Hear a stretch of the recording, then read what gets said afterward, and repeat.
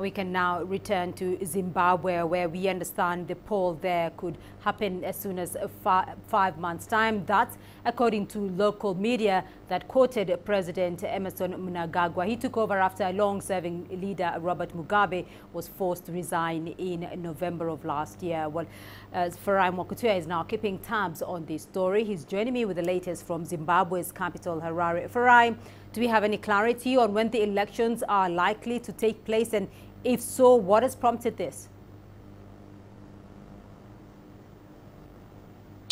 Well, certainly we know that the president alluded to the fact that within 5 months we could have those elections, which would put them, which would mean Zimbabweans may be going to the polls as early as June, possibly July, earlier than what had been anticipated, which was somewhere around August. In terms of an exact date, that would need to be announced by way of a declaration by the president, and it would need to take into account and allow for certain processes, including the dissolution of parliament, which should happen at least a month to the elections. It should allow for a voter education exercise, which will happen ahead of those elections. It should allow for campaigning. It should also allow for, the inspection of a voter's roll. Voter registration is currently underway, so all those processes should be allowed. And so we expect that, given the timeframes that are being spoken of, possibly in the next 2 months or so, we'll probably get a declaration or a clearer indication of when exactly, which date exactly Zimbabweans will go to the polls. Farai, given the economic situation in Zimbabwe and that a transition after a 37-year stay in power of Robert Mugabe, is there a sense that the country will be ready to hold the vote by that time of June that you mentioned? Well, I think, from a technical, from a logistical point of view, Zimbabwe will certainly be ready. Provision for the elections has been made in the budget, so the funds will, if not available, will certainly be availed by the Treasury in order to have for them to take place.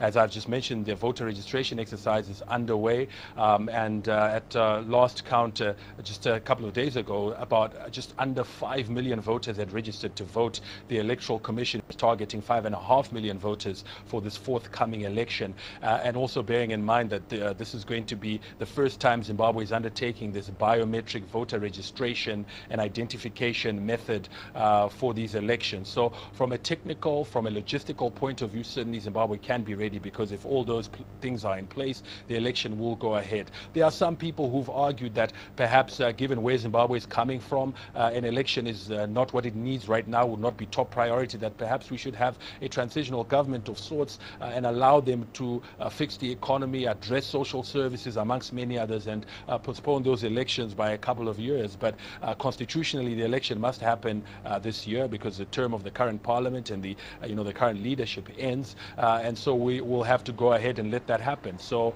yes, is Zimbabwe ready for an election? Technically, yes. In terms of in reality, I'm sure that many Zimbabweans are also looking forward to the opportunity to express themselves and perhaps make a determination without the former leader who was in charge here for very many years.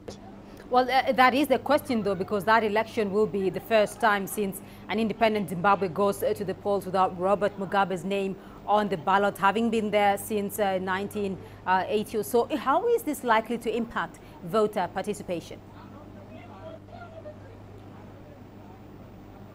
Well, I think in terms of participation, we've seen a large number of Zimbabweans turning out to register, particularly youths, those below the age of 35. They've been registering in their numbers, and we expect that of those 5.5 million or 5 million plus voters who will register between now and those elections, many of them will turn out to cast their ballots. What will be quite interesting and will be a first for in over a decade is the fact that the President Emmerson Mnangagwa has also indicated that he is ready to invite international observers, this time from the EU, UN, amongst others, who had previously been barred from observing elections here by the former president. And all this is in a bid to try and ensure the transparency and the credibility of this election, which he has pledged to Zimbabweans as well as the international community.